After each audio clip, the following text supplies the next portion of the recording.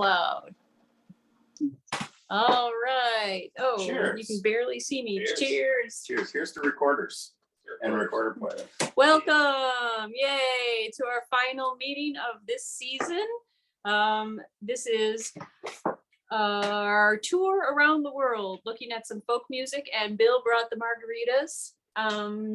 This is our final meeting of the 2021-2022 season. Hopefully we will be back in September, and hopefully Mary Washington will let us back in. Yeah. We've got our fingers crossed there. So I have no other housekeeping at this time. We will get started. It rained us out, so we've come into my kitchen. I apologize for the state of my kitchen. Looks fairly normal to me. Can you see my office? It's No very apologies needed. It's a very nice office. I can only like see half of my head though. It was really messy. Yeah, it was a mess yesterday. We cleaned this morning. All right. So let's start. I have us starting. Let's start with probably one of the easier ones, our folk tune. I erroneously labeled this as Norway, but it's not Norway. It is in fact Denmark. Which one? It says, yeah, the Nielsen. It says Folketone. Oh, yeah. Folketone. Folketone. Speaker. There we go. So while everybody is finding that, you can barely see my head. Okay, so I erroneously labeled it as Norway. It's actually Denmark. Carl Nielsen is a Danish composer, conductor, and violinist who demonstrated a musical ability from a very young age. He attended the Royal Danish Academy of Music. This piece, Folketone, from the piano works, Opus 3, is the first of a set of 5 piano works, and the folk tune is a stylized version of a children's song, but that's as much as I could find out. Like, I couldn't figure out what the actual children's song was. It's kind of a dark song for being a children's song. So if anybody knows what this tune, yeah, Grandma got ran over by a reindeer. All right. So if anybody knows what this folk tune is, Oh, what on earth does humming mean? Oh, yeah, we wondered about that. yeah, so that is part of the indication that this was a children's tune. We're not actually humming, but you kind of have this idea that there's no words and it's kid kind of humming to himself. So you're not supposed to try and hum and play. No, please don't hum and play. I'm not We going just to. took it to be a musical symbol. No. So this has 5 parts, and we only have 3 people here today. So pick your part, and we'll go to 10. Well, some of them are repetitive. Yeah, some of them are the same. So Wait. Face the master. That's right. And some of them is double at the octave. Yeah. So we're gonna leave out a part. Probably want to leave out the tenor 1. yeah, I'm gonna do bass. All right. So who's playing what? I'm soprano. Okay. Excuse me, descant. All right. Alto. Treble. Treble. Okay. Here When goes. it's called descant treble, is that telling us something about the place of origin? It is telling us the old names for the parts. Okay, so like in Germany, that's not their traditional name or something. I'd say it's the traditional name for what they used to call vocal parts in the Middle Ages. So because, women weren't singing, you wouldn't necessarily say, oh, this is the soprano part or this is the alto part. The tenor was named the tenor. So we had the tenor, and then you had things that were higher than the tenor or below the tenor, and you named them different things. So descant was above that tenor part. That's my phone. Okay. Is that somebody trying to get a hold of us, wondering if we're online, we're in my kitchen. I want to see someone's that. Oh, they did a nasty thing in the 4th to last. Oh, with the B sharp. Yeah, Yeah. I freaked out when I saw that the first time. B sharp is the same as As C C. natural. That's right. All right. Okay. All right. Okay, here, so nice and slow. Dee, da, da, dee, da, da. Is that right? Yeah. All right, here we go. 1, 2, 3, 4.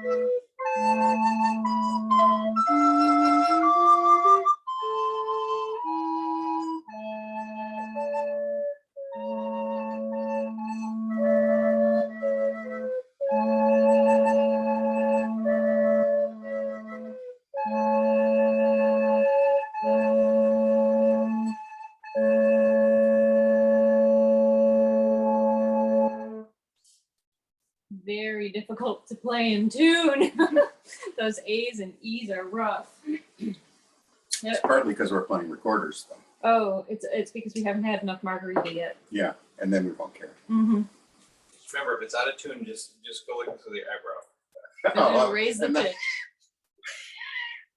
That's how come my band teacher never told me that? It works on a lot of instruments. Yeah, just raise your eyebrows and kind of squint up a little bit.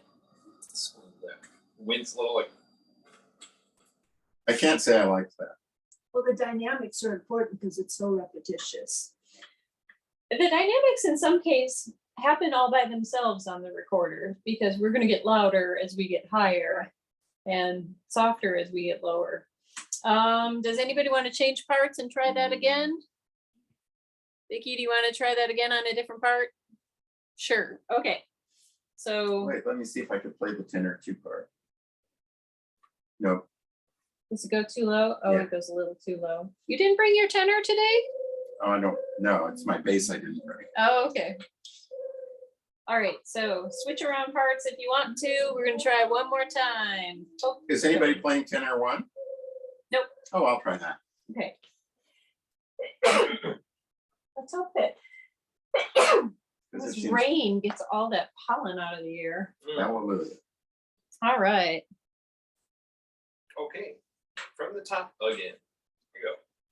1, 2, 3, 4.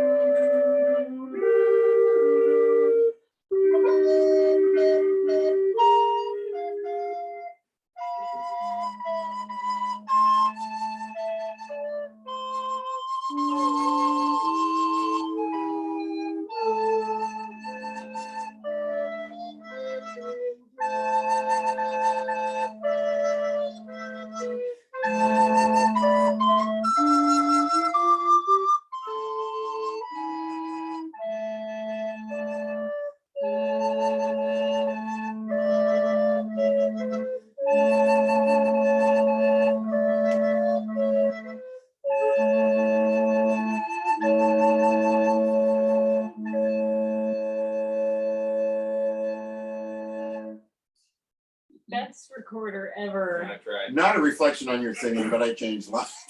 Like, there's a lot of melody in that line. That alto line. Yeah, and I hardly ever had it. I don't know what made me think that. That playing the Yeah. tenor line was the way to go. Stupid idea. Let's see. Next up, we are going to go to Ireland with Londonderry Aire. Oh, seems to be crazy. So there was a while back, I don't know, was this in the 80s or the 90s when they were making the state quarters and all those kinds of things, and the Wisconsin Tourism Board for a brief time decided on the tourist slogan, Wisconsin, come smell our dairy air. Oh, that's a joke, right? No, it's not. Ah. It was completely true. Oh, Zuto. That's the joke. They were totally serious. They were totally serious. They were able to laugh at themselves. Okay, but Londonderry Aire isn't quite the same thing. Okay, so now we're going over to Ireland for a little bit. I know we've been to Ireland before, but who doesn't want to go back? I'm going in July. Oh, congratulations.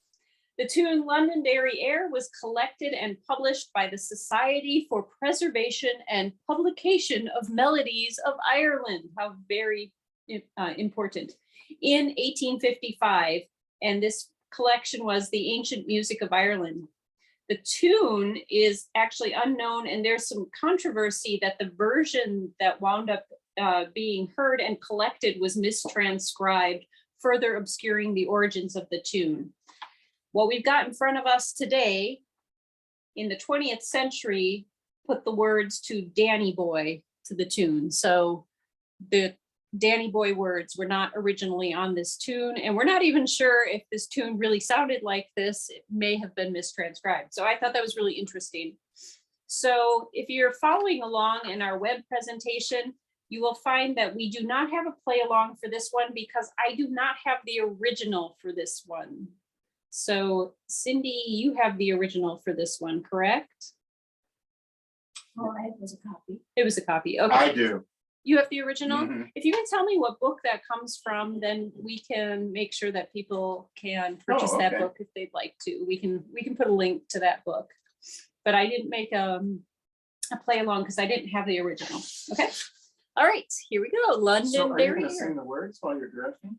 Oh, Danny boy, the pipe. You don't want to hear this. Okay, talk now. He hasn't had enough margarita yet. You know, From Glen to Glen. what's odd is there are only 3 beats. Or are there? It doesn't add up because there are 4 beats at the end of the page. It made Cindy crazy when you were playing this. That there were 2 in the first measure and Well, 4 in actually- the last. Well, it's just a pickup. Right. It shouldn't have been written to have been. Shouldn't it end on a half measure too? It should, but you know. And I think this is perfectly fine. Who gives a rip? Have another drink of margarita and you'll be fine. So I'm gonna do this. This is another slow 4, so it's gonna be 1, 2, 3. Oh, Danny boy, the pipes. Sound good? Makes sense. Yep. I don't even know if that's right. All right, here we go. So I'll give you a full measure and then 2 beats. 1, 2, 3, 4. 1, 2, 3.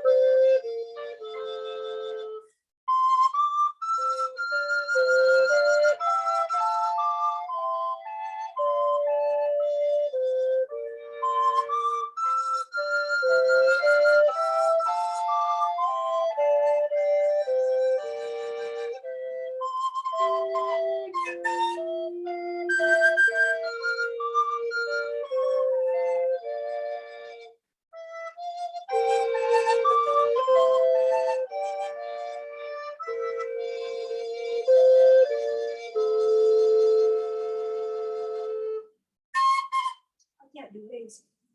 Oh, Oh, Daddy. That's a high key. Oh, Daddy boy. Well, however they arrived at this, that's just a pleasant melody. So even if they mistranscribe, Yeah. yeah, it doesn't So matter. what? It was nice. Have another margarita. Have another margarita. Oh, that's really how high. can I play A when I've never been able to? And don't ever plan to. Yes, Have, you have will. another drink of margarita. I have heard you play an A You played A's. because you got euphoric right after. Okay. I'm terrified of A's. Don't be terrified of A's. Just blow. Blow it to the rafters.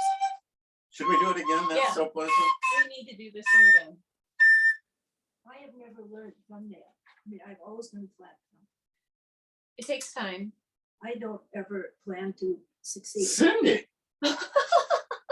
Have another drink of margarita and you might succeed.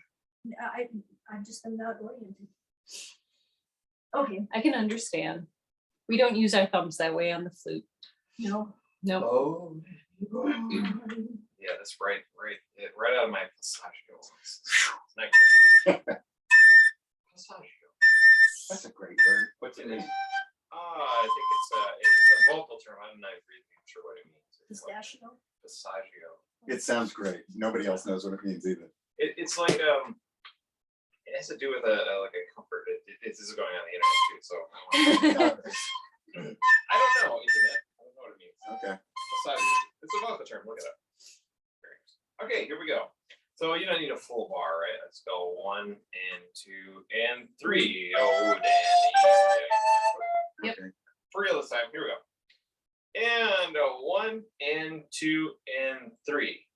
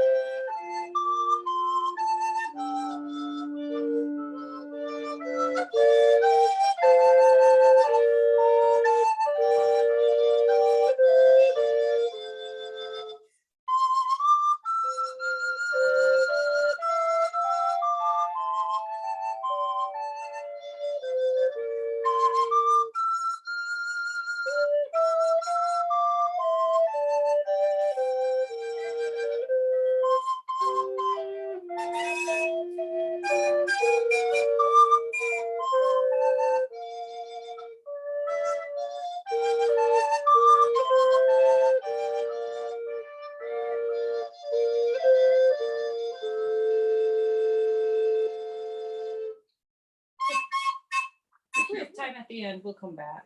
Okay. Yeah. I mean, you know, we can visit Ireland as many times as we want. That's right. It never gets old. Never gets old. Oh, Danny boy.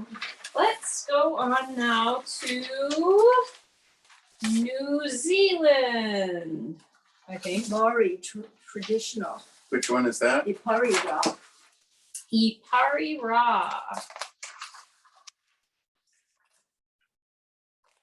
You have to dig hard to find this one. Well, you'd be surprised at what you have to dig when you're looking for music that you can, that's not copyrighted, that you can put on the internet. Wow. Sometimes you don't have a lot of choice, but so this actually has a composer. I don't know why they did not credit the composer. The composer's name is Pari Tomona, and he was born in 1875. He actually was born with a club foot, but he managed to excel in tennis, cricket, hockey, and golf. So is he Maori, do you think? He's Maori, or Maori. During World War I, he helped to raise money for Maori Soldiers Fund by organizing song and dance performances throughout New Zealand. And he composed E Pari Ra in 1918, and it was intended to commemorate Maori warriors lost in World War I.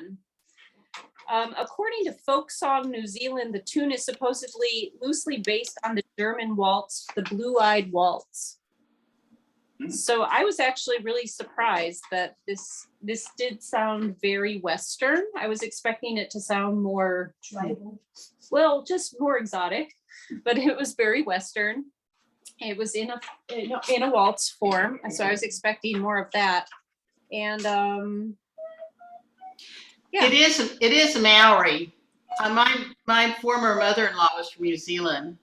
Oh, It was she? It's Maori, Maori. Okay, is how you say it. thank I you. already had a little. Would you know how to pronounce his name? Let me see if I can get, there we go. Maori, oh. It's pretty much less like it, just like it looks, Polare, Tama, like all the, it's like Latin, like that, Latin, okay. like, kind of nothing exotic. The only difference is they don't have some of our letters, Oh, okay. like, like Latin. Like Latin. All right, so, Okay, I have some questions about this. yeah. Usually when there's a coda, you skip to it someplace. On the second ending, do you just go into the coda? Yes, Okay. yeah, they're So just why do they bother to have a coda there? they just are telling us that that's the material that's ending the song. Yeah, okay. So, yeah, I was really surprised by how recent this piece was and how West sounded. So I found that very interesting, and hopefully you enjoy it because it's public domain and we can put it on the internet. Okay, Hey. I'll play bass. We are taking the repeat. We are taking the repeat. Wait. Let me Yes. look at the repeat. Oh, it's the only repeat is the one that has the two endings. Yep. Yeah. And it goes to there. And don't let the coda throw you off. They're just calling it.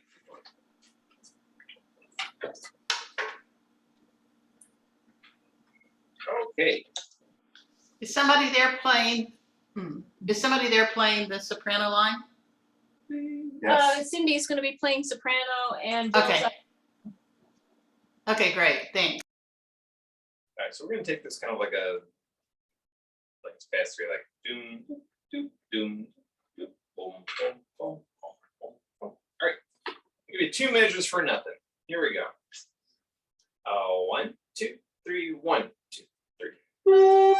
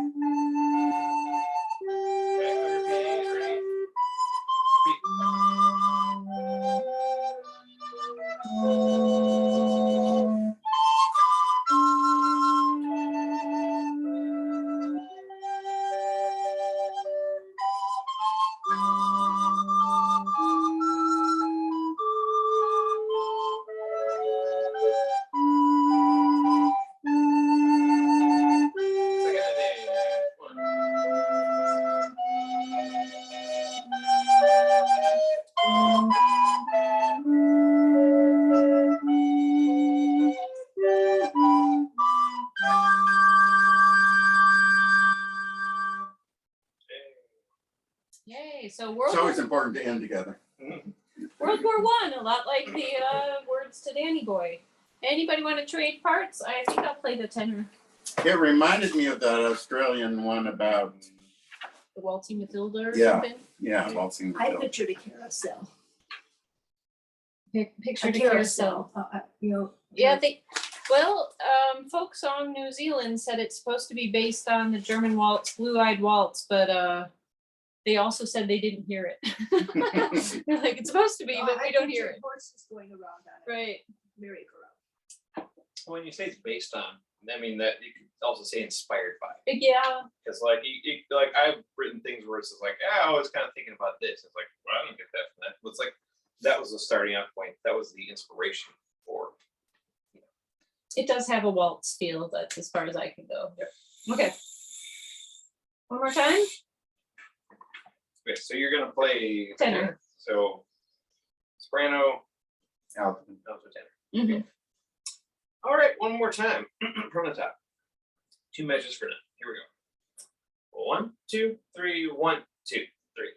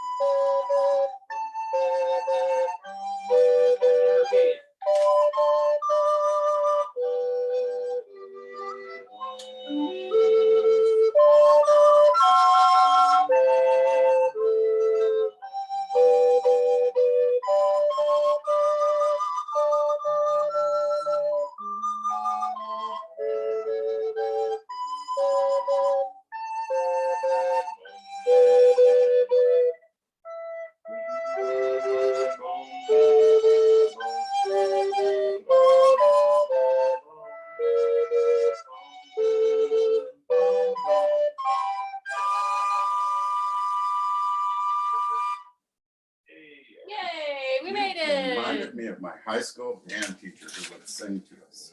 Oh, he'd sing all the parts that were missing, the Yes, parts that were wrong. Parts that just, like the third clarinet part, Oh. it's like that. All right, now we're going to Japan. That's Oh, a dear. quite interesting number. It is an interesting number. It's Soon as I hard to can- tell if one's missed a flat or not. But is it- Exactly. 4-pager, yes. Yes. All right, so let's learn a little bit about Toka-Ebisu. So the Toka-Ebisu festival is held in Japan during January 8th through the 12th. The word Toka means the 10th day, so the main event happens on January 10th, but they're celebrating for a number of days. And Ibisu is the god of good fortune.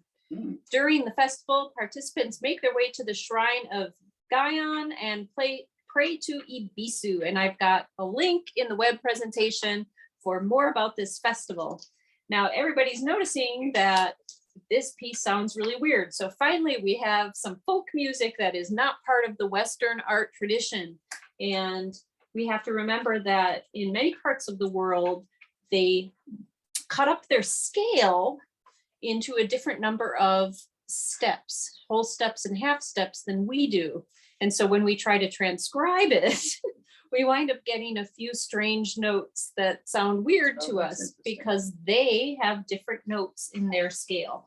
So that's where you get all these weird E flats and A flats showing up.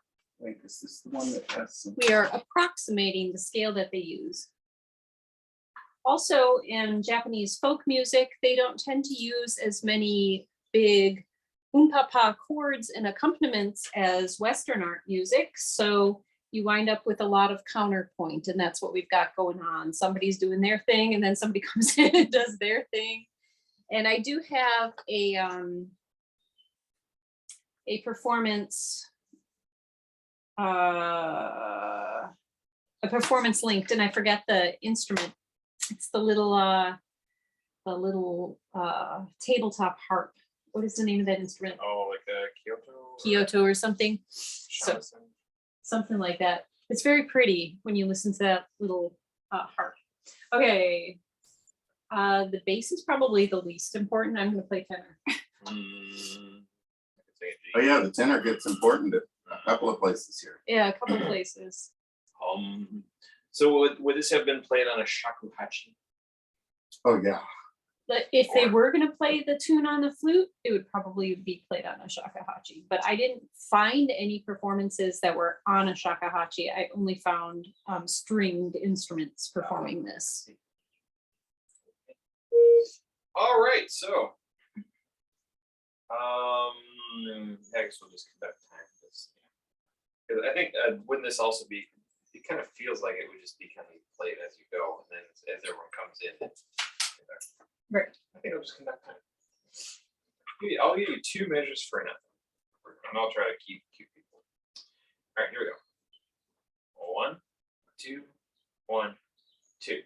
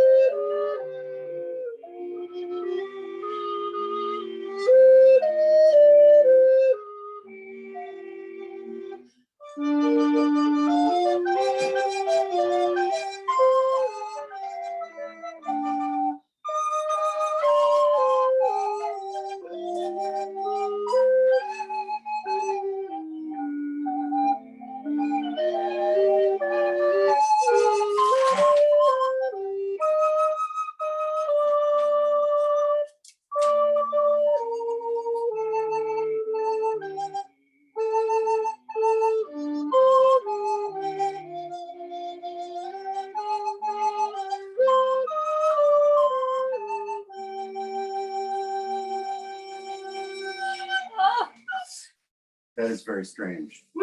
Sightseeing. Yay! Well, it is strange because it is not based on our musical scale. And yet we're trying to make our instruments play their musical scale. Oh, that's why I got trouble. It's pretty That's close right. though. It was really close actually. Yeah. Very close. You know, maybe we can start at like, yeah, like 43, or maybe where everybody comes in. You said 65? 65 is where everybody's. Okay, let's play where everybody Oh, good. is. That's on page 3. isn't it? We're gonna be starting at 65 where everybody is playing. We get all sorts of interesting sounds. All right. So when you go to music school, has anyone else been to music school besides the two of us? Vicki, have you been to music school? Did you ever go to sight singing class? Yeah, she went to sight screaming. Yeah, yeah. Sights. It was always at 8 in the morning, and he's like, oh. Yeah, one of the little known things, if everyone knows it's like to be a music major in music in college. Like your first year in school, you go to theory class at 8 in the morning. And that's the first test. If you can get your butt out of bed, the theory class. If you can do that, if you can pass that first test, and then you have to sing things like this line here. Like you have to sing for a grade. It doesn't have to be pretty, but you got to be able to pick up pitches and like sometimes play along with it. Yeah, it's That's brutal. That's cool. But hey, I do not have perfect pitch. So the problem is when you get in theory class with people with perfect pitch. And that's not fair. At my school, they had the perfect pitch class, and then they arranged everybody else by how good their pitch was after that. So they had, Oh, really? yeah, they had theory A, which was the perfect pitch kids. And then theory B was kids with good pitch, with decent theory knowledge, and then C, D, E, and so on to kids who'd never, F ever. is for English majors. It was basically for kids who'd never done anything like that before to get them up to speed. So yeah, they separated out the perfect pitch kids. Well, that would have been more kind to Yeah, people without perfect pitch. Do you know who Walter Piston is? yes. Who was? Yes, yeah. My sight singing book was written by Walter Piston. Mm-hmm. It was Yeah. weird. Oh yeah. yeah, it was orchestration. Yeah. Yeah, he was thinking on a different level, I think. Although there's a fascinating video out there by Rick Beato, who he shows that you can actually train someone. If you start with when they're a little kid, you can train them to have perfect pitch, like just to be scary. Because then Really? to their brains, it's just like language. Yeah. Yeah, it's just like recognizing the sound, you know, a letter sound. You have to have your piano tuned before you teach them, right? Right. Right. Anyway, Okay. all right. So we're starting at 65. 65. This is where everybody's in together. So here we go. 1 and 2 and 1 and 2 and.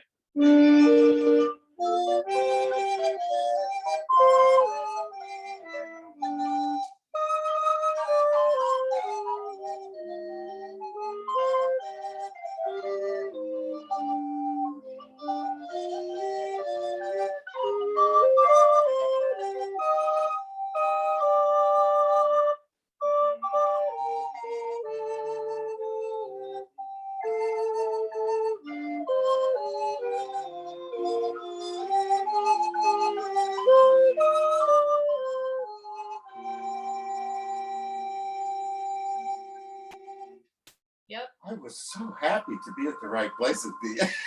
Yep, it really does end like that.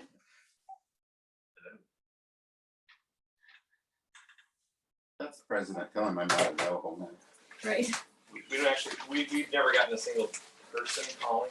It's always It's always telemarketers. I've been getting telemarketing things in Spanish lately.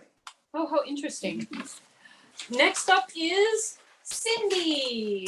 We're heading back across the Pacific. everyone knows Cindy. So I let's got learn. a scam call this morning that left a voicemail, Nice. and the voicemail was, Oh, now I have questions about this one. Okay. Now, where it says to coda, It's written there right in the middle of the measure. So does that mean that you go to the coda at the beginning of that measure or at the end of that measure? You go at the end of the measure. Where it says to coda. So 13, 14. And okay. the DS a la coda, is that at the end of the line? Or is that the end of the measure where it says the DS a la It's in coda? the middle of the measure It's- because we're going to the middle of measure 9. Yes, it's not written very clearly. Okay, This one almost gave me a fit trying to make a play along. Because it's just not written very clearly. So what happens is we play the introduction, then we play the refrain twice, then we play the 2 verses.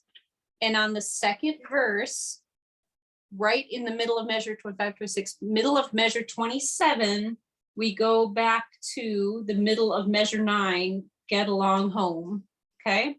We play the refrain twice, and on the second time through that refrain in measure 13, 14, wait, 15. so we play first ending and second ending, and then we play it again and go to the coda? We play first ending and repeats. Okay, and that's the second ending when we Well, repeat. and that's the No. first ending. And when we get to measure 15, the second time, So when do we play the second ending? no, we aren't making it to the second ending. Never. The first time we play the second ending. See, this is what almost gave me an absolute heart attack. Sorry, I don't understand. No. All right, so we'll try again. We start with the introduction, then we play the refrain to first ending, then back to the refrain, second ending. Then we play verse 1 all the way to the repeat, and then we play verse 2 to the middle of measure 27. Then we go back to the middle of measure 9. Wait, middle of verse 27. Okay, then back to Then 9. measure 9, then we play the refrain to the first ending, and we repeat back to measure 10. And when we get to measure 15, at the end of measure 15, after the word aisle, we go to the coda. It's really tricky. It is very tricky. Because typically, when you have a DS, you don't play the repeat. I know, But this time we do. this time we do. It is very confusing. Okay, so just as confusing as this was written out, let's learn about this folk song. Okay, Cindy is an American folk song. Yay! Yay! It is said to have originated in North Carolina. Like, I had no idea it was from North Carolina. I would have thought it was from Texas because all folk songs came from Texas, right? No. All right, Unless they're racist and then they come from Virginia. right. North Carolina, and it originated in the early 20th century. Like, I had no idea. I thought it would have been at least the late 19th century, but it was the 20th century. And as with many folk songs, singers were encouraged to add their own verses, and over time, the original lyrics became obscured. So I have no idea if we have original lyrics or obscured, sanitized lyrics. I'm assuming they're obscured, sanitized lyrics. All right. Already. Play it all through first ending, then play second ending, and then on to the, Verses, and then on to the, back to the The- refrain. and then back to 10, No, 9. 9. oh, Middle yeah. of 9. Oh, middle of 9, and then we pick up, go to coda and go to the end. Yeah. We'll get it. We'll get it, Bill. You know, Uncle Dennis doesn't sing, right? You know, he Right. can't sing, but Right. this song he sang to me every time he came over to pick up Barbara for a date. He would sing "Go Along Home, Cindy, Cindy" to me. So that's the You only know- song I ever heard him sing. Yeah, I mean, we don't teach American folk songs in elementary school anymore. So No. That's a shame. I know. All right. Here we go. I'll play the bass. I'll go alto this time. Yeah. Just switch it up. Do Yeah. some alto. Okay, how fast are we gonna take this? This is pretty fast, but do we really have to take it that fast right now? No. I'm good. All right, it's kind of a fast 4. Here we go. I'll give you a measure in 3 beats. 1, 2, 3, 4. 1, 2, 3. Okay,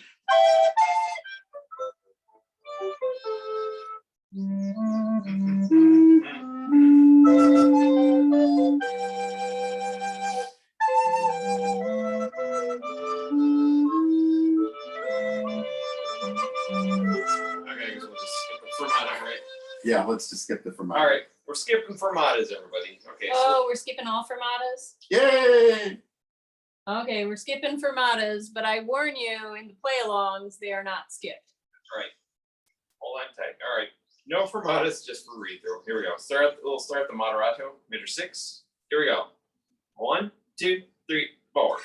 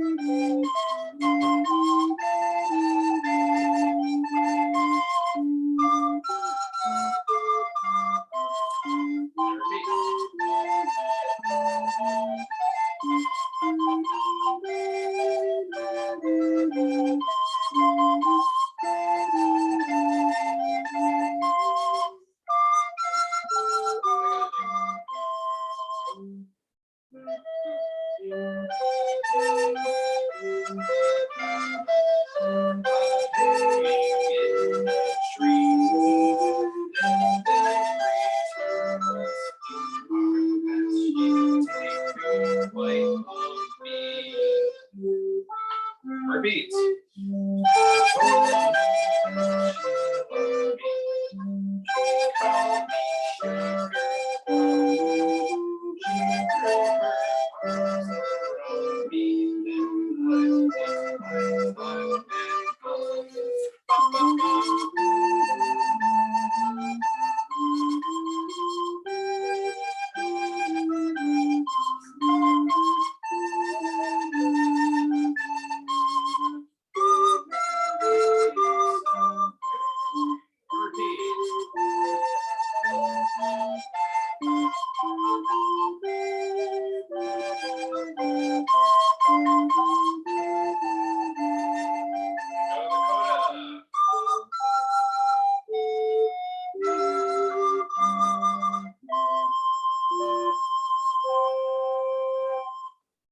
Oh, we made it. Made it. Sort of. Oh, we're gonna try again. We'll try again. That was way faster than I practiced it. Oh, sorry. It's okay. So I have to tell a story about my elementary school teacher teaching us folk songs. Okay, this is a funny story. So my elementary school teacher, we were still learning American folk songs. Most of them were, late 19th century railroad associated songs, except when she was feeling lazy, and then she turned on the film strip of Puff the Magic Dragon. So I don't know why I know the words of Puff the Magic Dragon, but I know those way too well. Okay, so at one point, she taught us these words. It's actually to the Army song about, but for Halloween. So over hill, over dale, you can see them everywhere as the witches go flying along. Okay, so she taught us these Halloween words, the Army song. Well, when Jim went into basic training, I went for his graduation. And I went to the ceremony, and I'm sitting basically by myself, and I'm surrounded by all these families, and sitting in front of me was a granddad who was watching his grandson graduate from basic training. And they played the national anthem, and I sang the national anthem, and he turned around and he smiled at me because very few people were singing. And they also played, I think it was another patriotic hymn like My Country 'Tis of Thee or something like that. And I sang, and he was really happy about that. And he turned around and he smiled at me. Well, then at the end of the ceremony came the Army song. And I didn't know the real words. All I knew were the words for the Halloween song about the witches on the broom. And I wasn't singing. And this old man turned around and he gave me this look. Like, why aren't you singing? Like I just put a stake through his heart. And all I could think was these horrible Halloween words. And I cursed my elementary school teacher that day. Oh, this is something I hate. He's like, why did you teach me the wrong words? And to this day, I don't know the words to the Army song. Every time I hear the Kazan song, all I can do is think about the Halloween witches. It's horrible. The funny thing is, at the end of basic training, we didn't know it either. But 20 years in the Army band, I know, like, Yeah. like a nightmare. Okay, we're gonna try Cindy again. All right, Cindy. One more time. Here we go. Yell out about where we're supposed to go at each one of those. Okay, I'll do my best. Thank you. Okay, and once again, no fermatas, no retardandos. We're gonna do this nice and freestyle. Here we go. 1, 2, 3, 4. 1, 2, 3.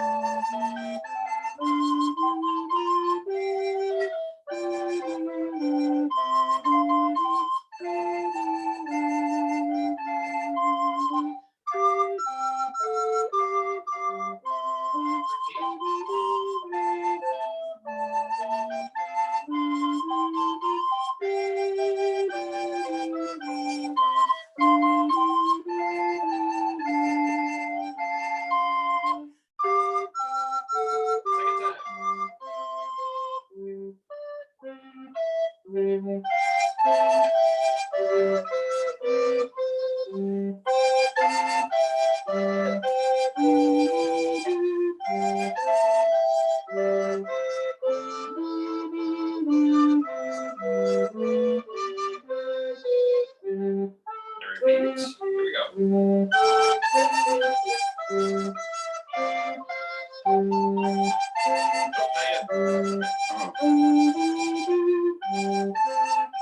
Oh, I repeated it in the wrong place. Okay, now we're gonna go back to measure 9. Ready? Now 1, 2, measure 9.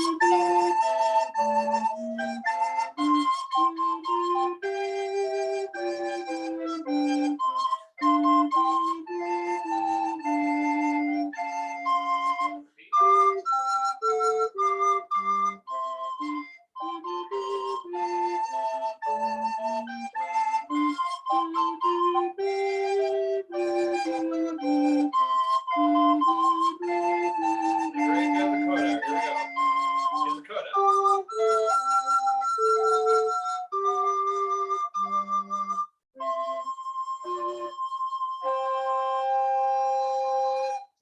Yay!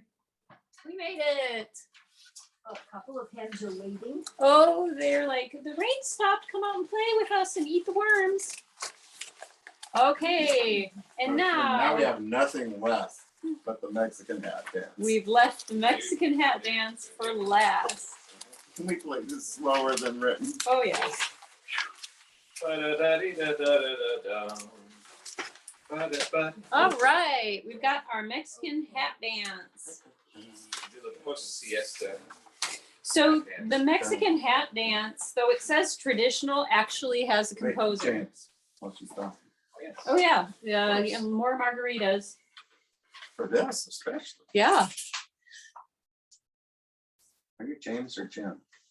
Go by. All right. So it has a composer. His name is Jesus Gonzalez Rubio. He composed the tune, and the tune's actual name is Jarabe Tapito. Tapatio. Oh, I'm about to raise my hand. Oh, wait, I didn't mean to do that. Okay, so the actual tune name for the Mexican hat dance is Jarabe Tapatio. I think I've had too much margarita. Okay. The tune was composed in the 19th century. Rubio was a professor of music at an academy that he founded in Guadalajara. During the 19th century, this tune was used as a courtship dance. So it was the Oh. cool dance that everybody was doing. Some of the elements of the dance can be traced back to the Spanish zambra and the yaba gitano. today, this tune is the national dance of Mexico. So, you know, grab We your better not screw margarita. this one up. Not the margarita. No, grab your Hey, margarita. margarita. And there we go. I'll play bass. Okay. Let's see. Not quite so fast. Am I good? Maybe. Okay, here we go. 1, 2, 3, 4, 5, 6. 1, 2, 3.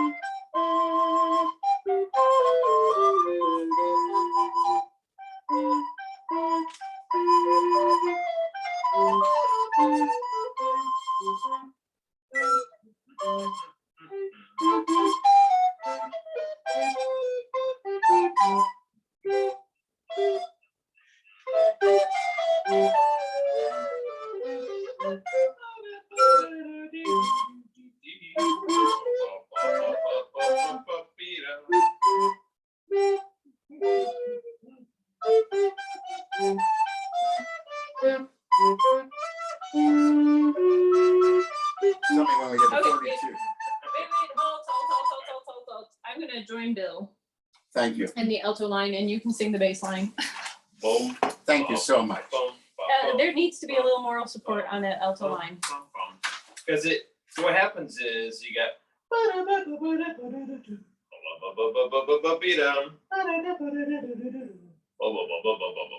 basically.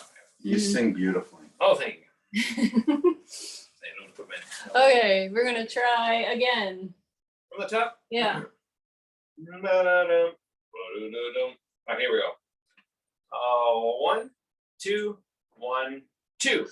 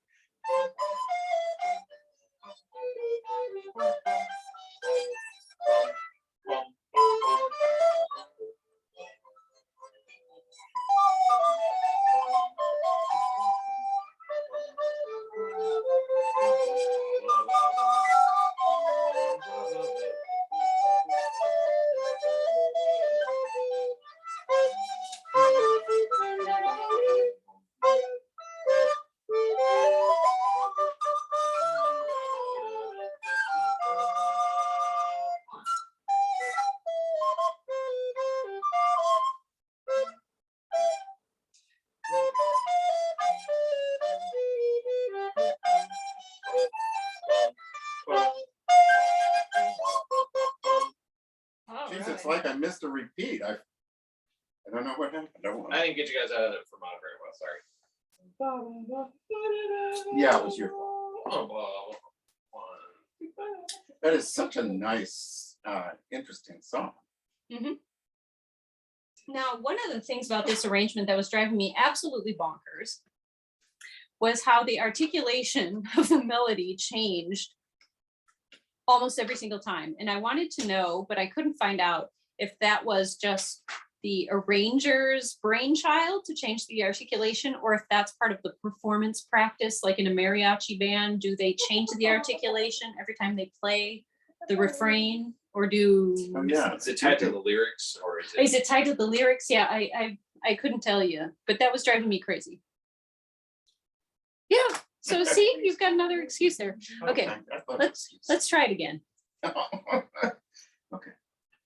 That's right. And but Thursday is Cinco de Mayo. Oh, good to know. So I'll you be at can, the beach. yeah, with another batch of margaritas. Mhm. There Okay. you go. Now that I know how to make them. Bill's secret recipe. That's right. Everybody who didn't come, you missed out. All right, here we go. So a measure and a half. So, ready? 1, 2, 3, 4, 5, 6. 1, 2, 3.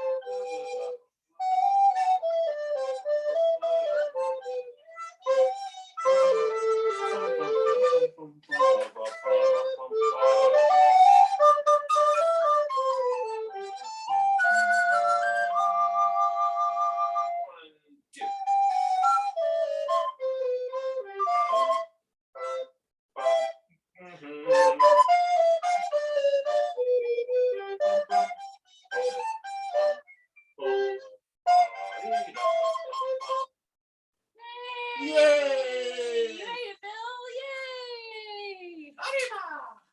All right. And that concludes our meeting for today and for this season.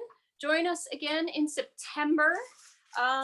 Usually we meet the first weekend of the month, but that's usually Labor Day weekend. So it's probably going to be the second Sunday of the month in September. And hopefully Mary Washington will let us back in. So keep checking our website, keep checking our YouTube channel. If you can subscribe and like our Rumble channel, we have earned an additional 3 cents. Yay! To our Petzold great James' bass retirement recorder. lives. No, that's my offshore Petzold bass recorder. Or my Great Bass Recorder Fund. All right, so I'm going to stop the recording now. And as soon as I figured out how to stop the recording, stop. All right.